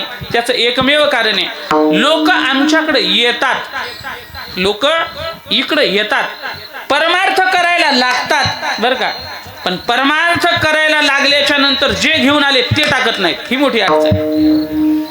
आपण परमार्थामध्ये आलो ना, आता आपण चुकीचं टाकलं पाहिजे. फार ध्यान देऊन श्रवण करा. परमार्थामध्ये आलो, आता आपण माळ घातली, आता आपण भजनाला जायला लागलो, आता आपण मंदिरात जायला लागलो, आता पंढरपूरची वारी करायला लागलो, एकादशीचं व्रत करायला लागलो, तर आता मात्र आपल्या जीवनामध्ये परिवर्तन पाहिजेच. आपण परमार्थामध्ये येतो, हे सर्व करतो, पण हे सर्व करत असताना जे घेऊन आलो ते टाकत नाही. ही मोठी अडचण. एक फार गोड सूत्र आहे श्रीमद भागवतामधलं, नायम मार्गो हि साधू नाम ऋषिकेशानुवर्तिनः. भगवान परमात्म्याच्या मार्गाला जो लागतो त्याला चुकीचं वागण्यासाठी नायम मार्गो अयम न. आता मात्र बाकीचे मार्ग त्याच्यासाठी बंद होतात. जो भगवान परमात्म्याचा सेवक म्हणून किंबहुना परमार्थाचा एक पथिक म्हणून जेव्हा येतो, भक्तिशास्त्रामध्ये जेव्हा तो भक्ती करायला लागतो, भक्ती पथिक होतो, त्यावेळेस मात्र आता त्याला रिकामे कामं सोडावेच लागतील. संधी नाही. त्या संधीचं सोनं करता आलं पाहिजे. आता मात्र ते मायनस झालं पाहिजे, ते वजा झालं पाहिजे. ते तुम्ही जर म्हणसाल की परमार्थ करायचा, तर मग परमार्थ फलीभूत होत नाही. मी 2 प्रमाण देईन. यांनी एक दिलं, खटनट यावे. आता तुम्ही आले, जसे आहेत तसे आलेत. आता जे शोभत नाही ना, आता ते करायचं नाही, ते करायचंच नाही. का? खटनट यावे, पण शुद्ध होऊन या जावे. शुद्ध झालं पाहिजे. शुद्ध होणं म्हणजे काय? पवित्र होणे. ज्ञानोबारायचं दुसरं एक प्रमाण देतो आणि थांबतो, ऐका. ज्ञानोबाराय म्हणतात, जे खळांची व्यंकटी सांडो, तया सत्कर्मी रती वाढो, भूता परस्परे जडो, मैत्र जीवांजे. जे खळांची व्यंकटी सांडो, जे खळपणा आहे. ज्ञानोबारायचा काही लोक, मला तर एवढं नवल वाटतंय, आपल्या वाशिम जिल्ह्यामध्ये काही वर्षापूर्वी 2-4 वर्षापूर्वी सभा झाली. खरं तर नवल वाटतंय मला की असे काही लोक आले ते म्हणतात, पुंडलिक वरदा हरिविठ्ठल श्री नामदेव तुकाराम. नामदेव महाराजांविषयी आम्हाला आक्षेपच नाहीये, नामदेव महाराज भक्त शिरोमणी आहे, पण ज्ञानोबारायने काय घोडं मारलं. म्हटलं रे ब्राह्मण आहेत, किती नालायकपणा असा. आपल्या वैचारिक पातळीचा किती नालायकपणा असावा, किती. ज्या महात्म्यांनी आपले आई वडील गेले, सर्व गेलं, तरीही जगाचा विचार केला, जगाच्या कल्याणाचा विचार केला, किंबहुना सर्व सुखी पूर्ण होनी तिही लोकी. हा विचार ज्या ज्ञानोबारायने दिला, त्या ज्ञानोबारायला तुम्हाला जातीमध्ये घेता येणार नाही, जातीमध्ये मोडता येणार नाही. तुम्ही जर ज्ञानोबारायासारख्या महात्म्याला जर वर्णामध्ये जातीमध्ये जर अडकवायला लागले, तर मला वाटतं बुवा या जगातलं सर्वात मोठं पाप ते. संतासी तोष प्रकारे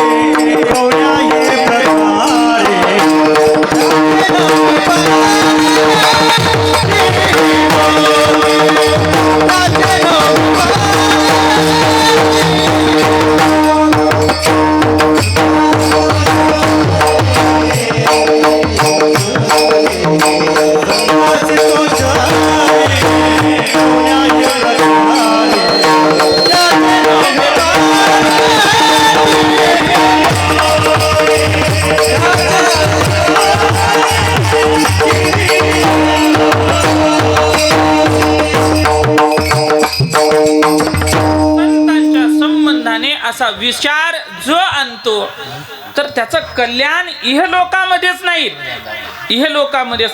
पण त्रैलोक्यामध्ये सुद्धा त्याचं बरं कल्याण होण्याचे चान्सेस संपलेले असतात। असे संत महात्मे आहेत ज्या संत महात्म्यांनी सर्वांना यात म्हटलंय, पण मात्र येऊन तसंच मोकाट राहायचं सांगितलेलं नाही। मग नटखट यावे, शुद्ध होऊन या जावे, या ज्ञानाचा आश्रय घेऊन माणसाने तसं जीवन जगलं पाहिजे, पवित्र जीवन जगलं पाहिजे। आपलं राहणं पवित्र पाहिजे, आपलं खाणं पवित्र पाहिजे, आपलं ऐकणं पवित्र पाहिजे, आपलं बोलणं पवित्र पाहिजे, आपलं चालणं पवित्र पाहिजे। अंतःकरणाच्या सकल ज्या काही वृत्त्या आहेत त्या सकल जे आहेत तर त्या पवित्र पाहिजे। तर मात्र ज्ञानशास्त्राचा विचार आहे, हे सकल पवित्र होण्यासाठी, चांगलं जीवन होण्यासाठी संत महात्म्यांनी आपल्याला ते पवित्र ज्ञान दिले, म्हणून संत महात्मे पवित्र आहेत। विठाला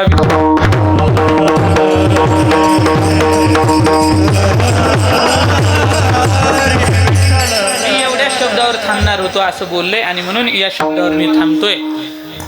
आणि म्हणून असं जे पवित्र कार्य आहे संतांचं, असं पवित्र कार्य हरिहर वारकरी शिक्षण संस्था या संबंधाने हे कार्य पुढे घेऊन चालली आहे। अनेक विद्यार्थी या संस्थेने घडवले, गेले 7 वर्ष झाले वारकरी शिक्षण संस्थेच्या माध्यमातून अनेक विद्यार्थी आदरणीय पूजनीय महाराज या ठिकाणी घडवत आहेत। खरं तर ज्ञानोबारायांनी हा आपल्या सर्वांना काय दिलाय, रोल दिलाय।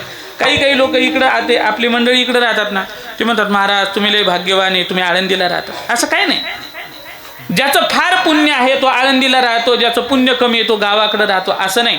ज्ञानोबारायांनी आपल्याला जो रोल दिलाय ना तो फक्त प्रामाणिकपणाने आपण निभवला पाहिजे। कुठेही निभवा, सर्वांनीच आनंदित राहायचं, मग बाकीचं इकडं कोणी पाहायचं। संतच महात्मे आळंदी पवित्र आहे, किंबहुना नामामध्ये देवा चला तया ठया विश्रांती घ्याव्या, देव तिथे येतात, मग काय सर्व संतांनी तिथंच जन्म घेतला का? असं होत नाही। प्रत्येकाची कार्यशैली भिन्न भिन्न आहे। ईश्वराने आपल्याला जे कर्तव्य दिलं ते प्रामाणिकपणाने आपण व्यवस्थित पार पाडणं, मला वाटतं ही खरी ज्ञानोबारायची सेवा आहे। आप तुम्हाला मृदंग दिला, प्रामाणिकपणाने ज्ञानोबारायची। मी एक सूत्र सांगतो आणि पुढे चालतो। भक्त्या तुष्यति केवलम नच गुणे भक्ती प्रियो माद। भगवान परमात्मा ज्ञानोबारायच्या संबंधाने लावा, किंबहुना पांडुरंगाच्या संबंधाने लावा, भगवान परमात्मा प्रसन्न कधी होतो? नच गुणे, फार चांगलं वाजवलं, किंबहुना फार चांगलं गायलं, किंबहुना फार चांगलं कीर्तन प्रवचन केलं, कथा केली, भगवान परमात्मा प्रसन्न नाही होत। मग भक्त्या तुष्यति केवलम, भक्तीनेच भगवान परमात्मा प्रसन्न होतो। आणि ती भक्ती ज्ञान संपन्न असावी। ज्ञानशास्त्राचा आश्रय ज्या भक्तीने केला तर निश्चित त्या पद्धतीने त्याचं जीवन सफल होतं। आणि म्हणून हे जे कार्य आहे तर हे कार्य अत्यंत दिव्य आहे। ज्ञानोबारायचा, तुकोबारायचा आदी करून सकल संतांचा विचार संपूर्ण जगामध्ये विस्तार। हरिभजने हे ढवळविले जग, किंबहुना पिटू भक्तीचा डांगोरा आदी करून सकल जगतामध्ये आपलं जे काही ज्ञानशास्त्राचा विचार आहे, हे संतांचं ज्ञान मात्र इकडं सर्वत्र या ठिकाणी विस्तारित होते। आणि म्हणून फक्त एक गोष्ट सांगेल, फक्त मुलांना जन्म देणं एवढं माणसाचं कर्तव्य नाही। बस एक श्लोक सांगतो आणि या ठिकाणी मी थांबतो। मुलांना जन्म देणं एवढंच कर्तव्य आई वडिलांचं राहू शकत नाही। मला पुन्हा भागवतामध्ये यायचं नाही, इथं सर्व भागवताचार्य बरं का। अर्थात जेव्हा ऋषभदेवाने आपल्या मुलांना विचारलं की सांगा पोरं हो, मानव देह कशाला मिळाला, त्यांनी सांगावं महाराज खायचं प्यायचं झोपायचं मस्त आराम करायचा असं तसं। त्यांनी सांगितलं नाही, वीड भुजा मी आहे। अरे वेडे झाले का काय? मानव देह प्राप्त झाल्याच्या नंतर फक्त जर खाणं पिणं झोपणं आयुष करणं किंबहुना फक्त आणि मुलं बाळ एवढंच जर असेल तर डुकराला नाही? वीड भुजा मी आहे। जे विष्ठा खातात त्या डुकराला झोप नाही आहे का? बोला, झोप आहे त्याला। त्या डुकराला काही पोटाला अन्न नाही आहे का? तुम्ही म्हणसाल महाराज ते काही खाते, पंचपक्वान त्याच्या पुढे न्या, खाते का पाहते? कारण नाथ महाराजांच्या फार गोड ओव्या आल्यात, मला त्या सांगायच्या नाहीत। अर्थात आपल्याला जसे पंचपक्वान आवडतात ना त्याच्यापेक्षा 10 पट हे डुकराला विष्ठा आवडते। अर्थात खाणं पिणं मुलं बाळ हे सर्व जो विचार आहे तर हा एवढ्या पुरता मानव देह सीमित नाही। मग मानवदेह ज्ञान संपन्न व्हावा. मानवदेह जर बिना ज्ञानाचा गेला ना, ज्ञान प्राप्त न करता जर तुम्ही जर आपण जर मेलो तर मग मात्र आपलं जीवन हे निरर्थक तत्संबंधाने होते. माता शत्रुपिता वैरी यो बालो न पाठिता न शोभते सभामध्ये हंस मध्ये बको यथा. शास्त्र सांगते की माता शत्रुपिता वैरी, आपल्या मुलाला जर आपण सुसंस्कारित केलं नाही, मुलांना चांगले संस्कार जर दिले नाहीत, तर तेच आई वडील त्या मुलाचे शत्रू आहेत आणि वैरी आहेत. जगत नाही हे आमच्या पोराला असं म्हणतात, आमच्या पोराला तसं नाही. मूर्खातून नीट शिक्षण दिलं नाही, नीट सुसंस्कारित आपण केलं नाही, अर्थात मुलांना सुसंस्कारित करणं, त्यांचं ज्ञानवर्धन करणं हे मात्र आपलं कर्तव्य आहे. ते मुलं ज्ञानवान झाले पाहिजे हा विचार सकल आई वडिलांचा आहे. आणि म्हणून हीच भूमिका संत महात्म्यांच्या मनामध्ये आहे. आणि म्हणून संत महात्मे सकल जगताचे मायबाप तत्संबंधाने होतात. आणि तो ज्ञानाचा प्रसाद, जसं बापाची सकल प्रॉपर्टीचा अधिकारी हा मुलगा असतो, तसं ज्ञानोबाराय असेल, तुकोबाराय हे आपले आई वडील आहेत. तुम्ही संत माय बाप कृपावंत. आणि यांची प्रॉपर्टी जर काय असेल तर ज्ञानेश्वरी आहे, गाथा आहे, एकनाथी भागवत आहे, आदी करून सकल ही संपदा आहे. आणि या संपदेचे आपण वारस आहोत. पण वारसाने मात्र आपली संपत्तीचं जोपासना केली पाहिजे. आपली संपत्ती आपण सांभाळली पाहिजे. बापाचे जसे 2-4 एकर बॅलन्स वगैरे ते मिळवण्यासाठी जसं प्रयत्न करतो, तसं मात्र संतांची जे बॅलन्स आहे, संतांची जी संपत्ती आहे ज्ञानाची, तर त्या ज्ञानाच्या संपत्तीचा सुद्धा आपण योग्य वारस होऊन ते ज्ञान आपण प्राप्त करून आपणही त्या संतांसारखं किंबहुना संतांना अपेक्षित असलेलं जीवन, अर्थात आपण ते ज्ञान ग्रहण करून पवित्र व्हावं. का? संत महात्मे पवित्र आहेत. नाही ज्ञानेन सदृश्यम पवित्रम इह विद्यते. या जगतामध्ये ज्ञानासारखं पवित्र काहीच नाही. म्हणून मात्र संतांनी जे ज्ञान आपल्याला दिले ते ज्ञान आपण आपल्या जीवनामध्ये उतरवलं पाहिजे, त्याचा अंगीकार केला पाहिजे, तसं जगलं पाहिजे. असं जगलं की मग मात्र बापाला बरं वाटत असते. आणि म्हणून सकल संतांना बरं वाटावं, त्यांना बरं वाटावं म्हणल्यापेक्षा आपलं कल्याण व्हावं, याच्यासाठी मात्र या सकल संपदेचा आपण त्या ठिकाणी आश्रय घ्यावा. आणि ते आश्रय देण्यासाठी ही संस्था अत्यंत कार्यरत आहे. आणि म्हणून संत महात्मे पवित्र आहेत. एक आता ज्यांनी प्रमाण म्हणले नाहीत ना, तर ते प्रमाण म्हणा. मी सरळ अर्थ सांगतो, तुम्ही प्रमाण म्हणा. आणि म्हणून संत महात्मे पवित्र आहेत. एक ऐका, आता संत महात्मे सोवळी आहेत. बरं का? नाही कोणाला डबल म्हणायचं असेल म्हणा, मी काय कोणाला बांधून घेत नाही. बरं का? संत महात्मे सोवळी आहेत. सोवळी आहेत म्हणजे कशी आहेत? नाही त्या विटाळ अखंड सोवळी, किंबहुना आता हे सोवळे झाले त्रिभुवनी, विषम धुवोनी सांडी येले. विषमता निघून गेली की जीवन सोवळ होतं. किंबहुना नाही त्या विटाळ, जीवनातला विटाळ गेला. कोणता? परद्रव्य परनारी याचा धरी विटाळ. हा विटाळ गेला, जीवन सोहळं होतं. असं सोहळं आपलं सुद्धा झालं पाहिजे. संत महात्म्यांनी सांभाळलं. आम्ही विष्णुदास तैसे न हो. आमच्या संतांची जर ज्ञानाची प्रॉपर्टी असेल तर आम्ही ती जबाबदारीने सांभाळली पाहिजे.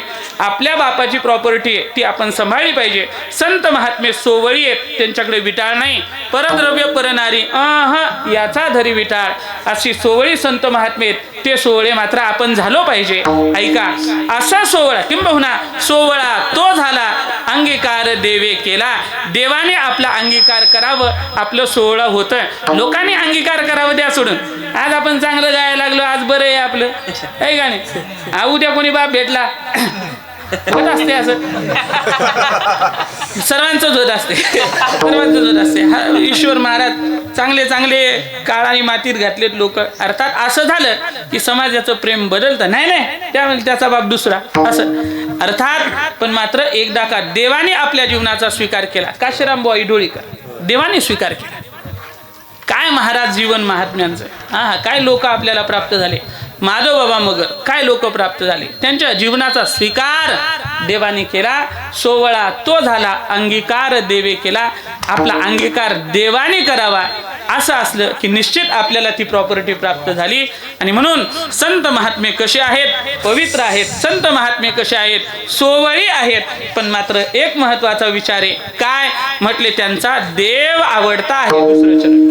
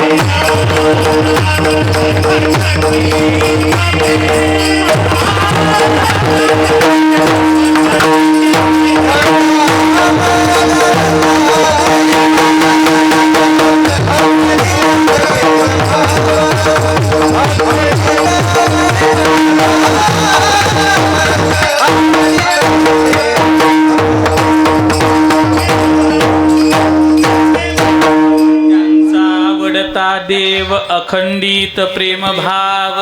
संत महात्म्यांचा देवाच्या विषयी अखंडित असलेला प्रेम भाव आहे. अखंडित, अखंड खंडे न जीवन, असं भगवान परमात्म्याविषयी प्रेम असावं. किती प्रेम असावं, तर तत्संबंधाने जेव्हा भगवान परमात्मा निघून गेले, सर्व गोपिका एकत्रित बसल्या. ऐका, अनेक वर्ष झाले, आयस्यची द्योत्यके, आज जातो उद्या राहतो परवा येतो म्हणणारा भगवान परत आला नाही.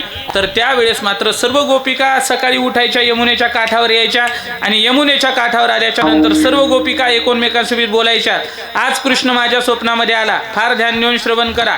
आज कृष्ण माझ्या स्वप्नामध्ये आला, असं केलं तसं केलं, सर्व गोपिका सांगायच्या. एक दिवस सर्व गोपिकांनी राधा राणीला विचारलं, का ग सर्वात जास्त प्रेम भगवान परमात्म्यावर तू केलं, मग मला सांग, रोज आमच्या सर्वांच्या स्वप्नामध्ये तो येतो, पण मात्र आम्ही रोज तो आमच्या स्वप्नात येतो, आम्ही रोज आमचे स्वप्न तुला सांगतो, पण मात्र त्या ठिकाणी तू तुझं कधीच स्वप्न त्या ठिकाणी सांगितलं नाही. तेव्हा राधा राणीचे नेत्र सजल झाले.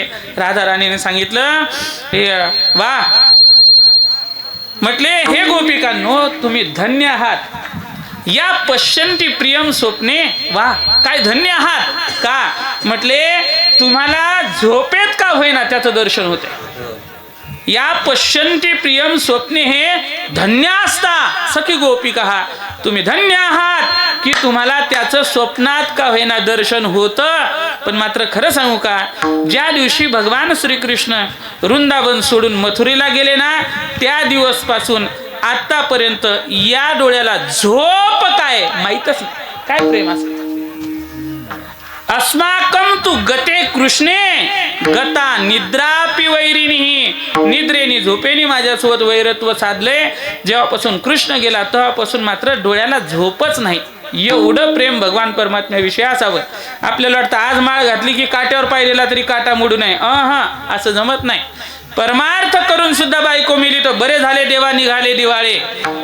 समयासी सादर भावे कोणे दिवसी बैसोनी हातीवर, कोणे दिवसी पालखी सुभेदार, कोणे दिवसी पायाचा सागर चालत जावे, कोणे दिवसी घरात नाही धान्य, कोणे दिवसी द्रव्याची साठवण, कधी कधी कोठे साठवावे समयासी सादर भावे, देव ठेविल तैसे रहावे।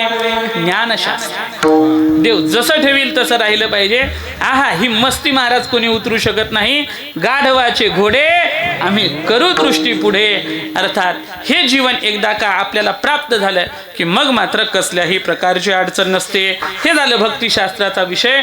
पण महाराज व्यवहारशास्त्राने ते संत कसे असतात, तिसरं चरण, तिचं भाग्यवान ते, तिचं भाग्यवान ते, तिचं भाग्यवान ते, तिचं भाग्यवान ते, तिचं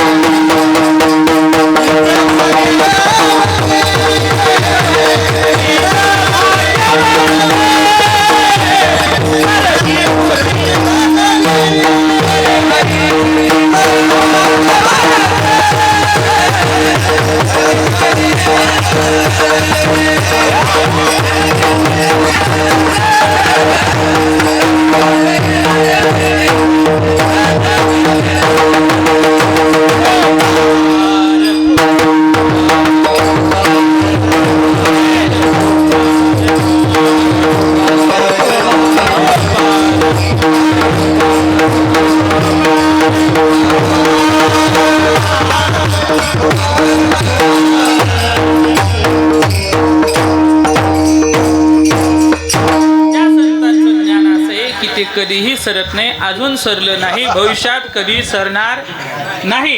असं संत महात्म्यांकडे धन आहे. कोणतं धन आहे असं जर म्हणाल तर पायोजी मैने राम रतन धन पायो, खर्चे ना कोई चोर न लुटे, दिन दिन बढत सजावे. असं धन संत महात्म्यांकडे, ज्ञान असं संत महात्म्यांकडे आहे. आणि म्हणून मात्र ते संत महात्मे कसे आहेत, भाग्यवान आहेत. आणि आता ऐका, असे जे संत आहेत अशा संतांची सेवा आपल्या जीवनामध्ये घडली. वारकरी शिक्षण संस्था आपण जर करत असू, आपण हे जर पवित्र कार्य करत असू, ही ज्ञानोबाऱ्यांची सेवा आहे. आणि तू का म्हणे नाही तिथं नाही जायचं मला अजून तिथं वेळ आहे. हेची देवा उत्तम, तू काय म्हणे संत सेवा हेची देवा उत्तम. देवाला सुद्धा, देवाची सुद्धा उत्तम सेवा जर कोणती असेल तर संत सेवा आहे. पण कोणती संत सेवा आहे, उर्वरित 3 चरणामध्ये ज्या संतांचं वर्णन आहे अशा संतांची सेवा कोणत्याही नाही. तुमच्या मनाला आलेल त्याची नाही. तुम्हाला कोणालाही मोकाटपणा सुचायला लागला, कोणी कुठूनही देव काढायला लागला, संत काढायला लागला, ते तसलं नाही. हे वरती जे 3 चरणामध्ये ज्या संतांचं वर्णन आहे त्या संतांची सेवा आपल्याला प्राप्त झाली, त्या संतांची सेवा केली की तीच सेवा देवाला प्राप्त होते. अभंगाचं शेवट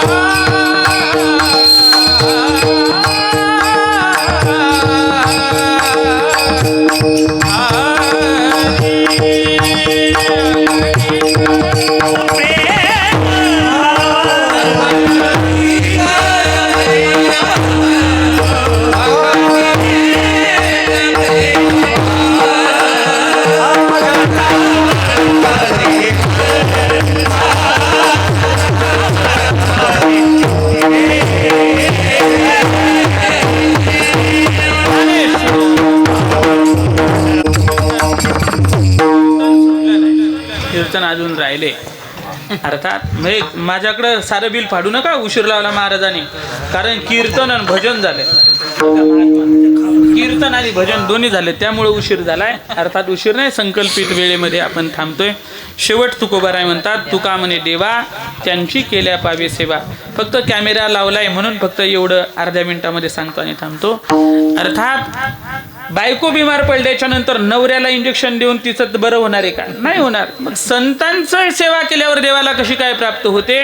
तुलसीदासजींचं एक पद सांगतो. तुलसीदासजी म्हणतायत की ज्या पद्धतीने एखादी गरोदर स्त्री असते, तिच्या उदरामध्ये बालक राहतो, बालकाला तहानही लागते आणि भूकही लागते, जीभ आहे तो त्याला लागते. पण मात्र जर बाळाला जर समजा तहान लागली तर त्याची स्वतंत्र व्यवस्था नाही. मग आई तृप्त झाली की बरोबर मुलगा तृप्त होणार आहे. मुलाला भूकही लागते, पण मात्र आईचं पोषण झालं, आई जेवली की मुलाला ते प्राप्त होते. तद्वत त्याप्रमाणे तुलसीदासजी म्हणतात, अंतर्यामी हृदयगत संत सुंदरी माय. अंतर्यामी हृदयगत संत सुंदरी माय. तुलसी पूजे संत को दोनों पूजे जाय. देवाचं पूजन केलं तर संताचं राहील, पण संतांचं पूजन केलं तर देवाचंही पूजन होईल आणि संतांचंही पूजन होईल. म्हणून तुकोबाराय म्हणतात, त्यांची केल्या पावे सेवा, ती सेवा देवाला प्राप्त होते. अशी सेवा आपण सर्व मंडळी करतायत.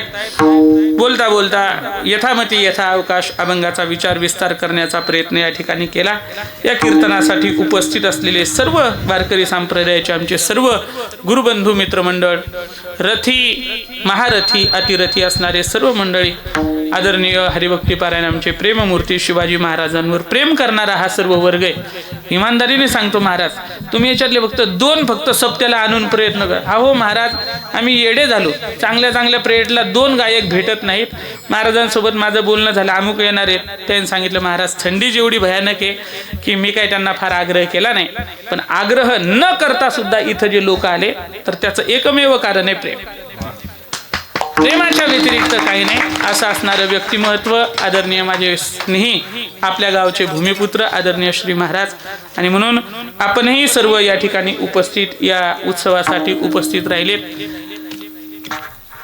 यथा ज्या पद्धतीने आपल्याला ज्या पद्धतीने जशी सेवा करता आली त्या पद्धतीने आपण सर्वांनी या ठिकाणी केली. निश्चित पद्धतीने या संस्थेवर, या गुरुकुलावर आपलं सर्वांचं स्नेह प्रेम असाच राहावा, किंबहुना दिवसोंदिवस तो वाढत राहावा असे एक भाव या ठिकाणी व्यक्त करतो. बोलता बोलता काही चुकीचे शब्द निघाले असतील तर आईवडिलाच्या अंतःकरणाने क्षमा करा. मात्र जे काही बरोबर आहे ते सकल गुरुवर्यांचा आहे, ज्यांनी निष्काम भावनेने आम्हाला दिलं. तोच ज्ञानाचा प्रसाद या ठिकाणी वाटण्याचा थोडासा प्रयत्न या ठिकाणी केला.